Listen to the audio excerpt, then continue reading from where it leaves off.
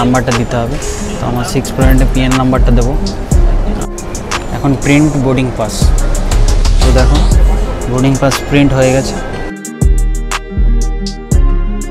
এখানে শোয়ার ব্যবস্থা আছে। লাগেজটাকে উপরে রেখে দিলাম, জলের বোতল পড়ে গেছে।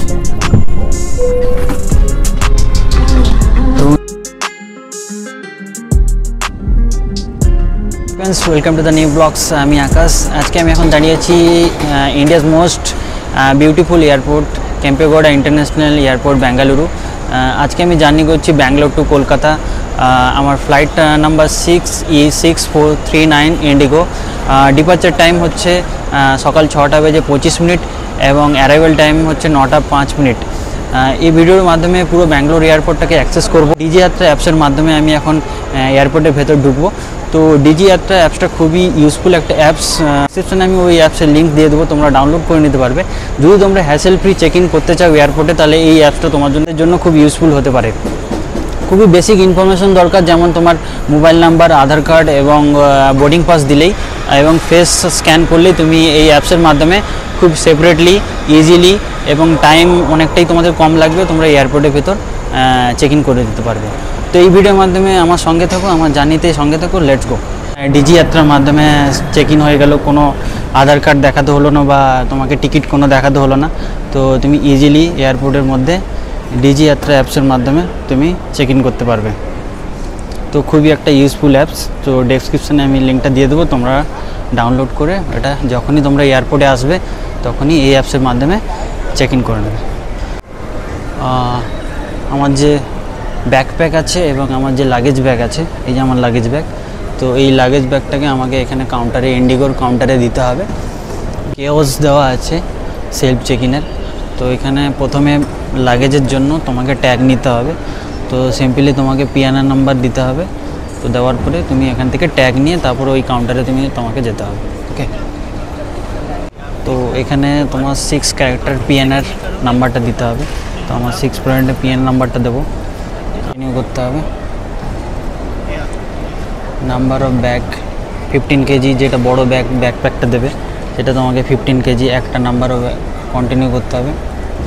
এখানে যে রেস্ট্রিকশান আর্টিকেলসগুলো আছে এগুলো তোমাকে দেখতে হবে যে তোমার ব্যাগের মধ্যে আছে কি না, না থাকলে অ্যাকসেপ্ট করে কন্টিনিউ। এখন প্রিন্ট বোর্ডিং পাস। তো দেখো বোর্ডিং পাস প্রিন্ট হয়ে গেছে।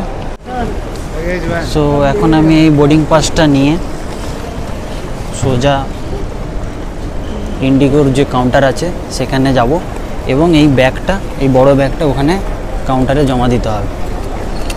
ওকে, দেখতে পাচ্ছি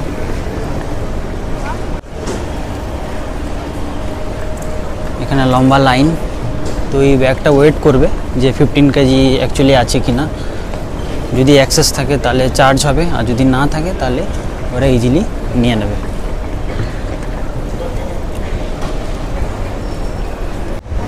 তো এখন আমি সিকিউরিটি চেক ইনের জন্য যাচ্ছি। তো এখন আমার সিকিউরিটি চেক ইন হবে, দেখতে পাচ্ছ।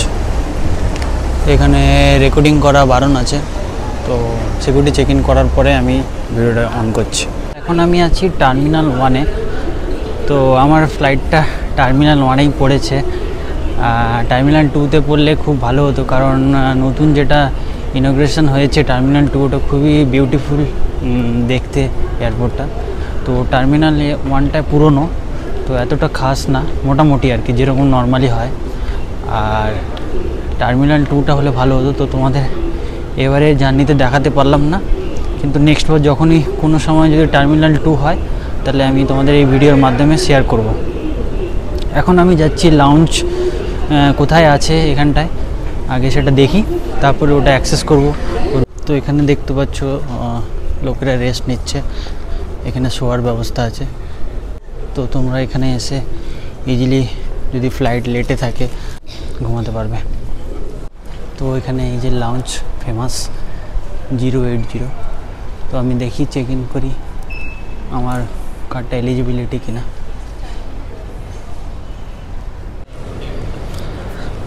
সো আমার আছে ক্রেডিট কার্ড, সেটা হচ্ছে কোটাক মাহিন্দ্রা ক্রেডিট কার্ড।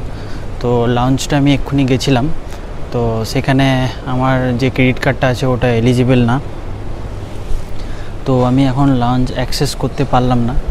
যদি ফ্লিপকার্ট অ্যাক্সিস ব্যাঙ্কের ক্রেডিট কার্ডটা থাকতো তাহলে আমি হয়তো করতে পারতাম, কিন্তু ওই কার্ডটা আমার বাড়িতে থেকে গেছে। তো আজকে আর লাউঞ্জ অ্যাক্সেস আর করতে পারলাম না, তোমাদেরকে শেয়ারও করতে পারলাম না ভিডিওটা। তো নেক্সট বার যখন কোনো সময় লাউঞ্জ অ্যাক্সেস করতে পারবো ক্রেডিট কার্ডের মাধ্যমে, তো তোমাদের সাথে শেয়ার করব। এই জায়গাটা শপিং রিটেল এরিয়া, দেখতে পাচ্ছ পুরোটাই। সো ফাইনালি বোর্ডিং হয়ে গেছে, এখন যাচ্ছি প্লেনের ভেতরে, তো গিয়ে তোমাদেরকে দেখাচ্ছি। ওকে, জোন 1, তো জোন 1কে প্রথমে প্লেনের মধ্যে পাঠাচ্ছে, ওইখানে লাইন। এখন বোর্ডিং পাসটা স্ক্যান হচ্ছে।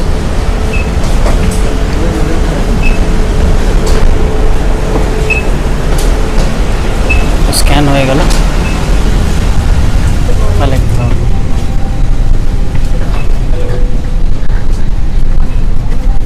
সো আমার সিট নাম্বার হচ্ছে 34E, একদম লাস্টে।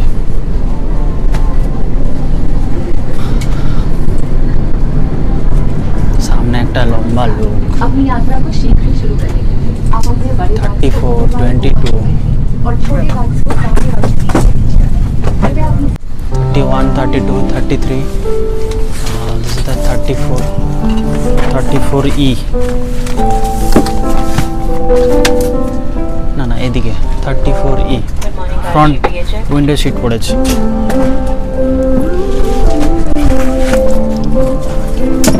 তো লাগেজটাকে উপরে রেখে দিই, লাগেজটাকে উপরে রেখে দিলাম, জলের বোতল পড়ে গেছে।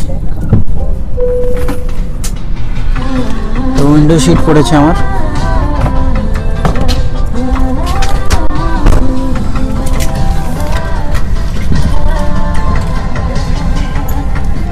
দেখতে পাচ্ছ বাইরের আকাশে আর দাঁড়িয়ে আছে।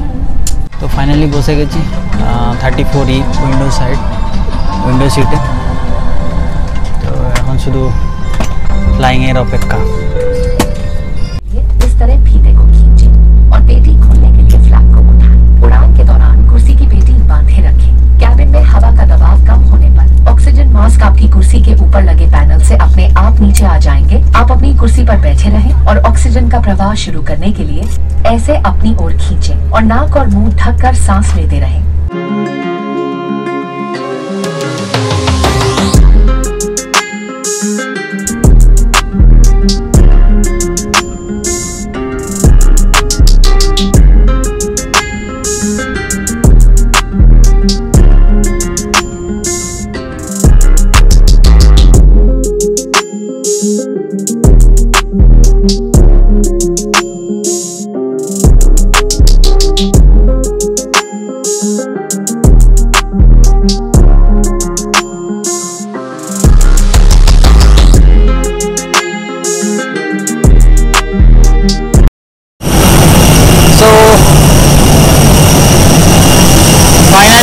ল্যান্ড করে গেছি দমদম এয়ারপোর্টে, আর এখন বাস দাঁড়িয়ে আছে, তো বাসে করে আমরা এখন যাব মেন গেটের দিকে।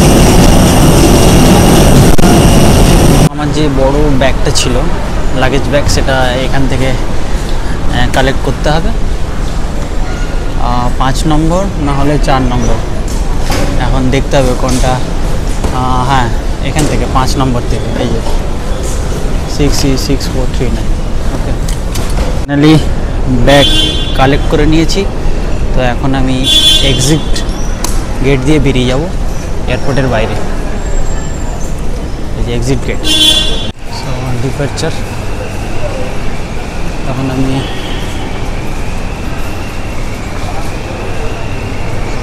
এয়ারপোর্টের বাইরে এখন বেরোচ্ছি, কলকাতা এয়ারপোর্টের বাইরে। সো আজকের মতো ভিডিওটা এখানেই সমাপ্ত করছি। আমার ব্যাঙ্গালোর টু কলকাতা জার্নি এখানেই সমাপ্ত হলো।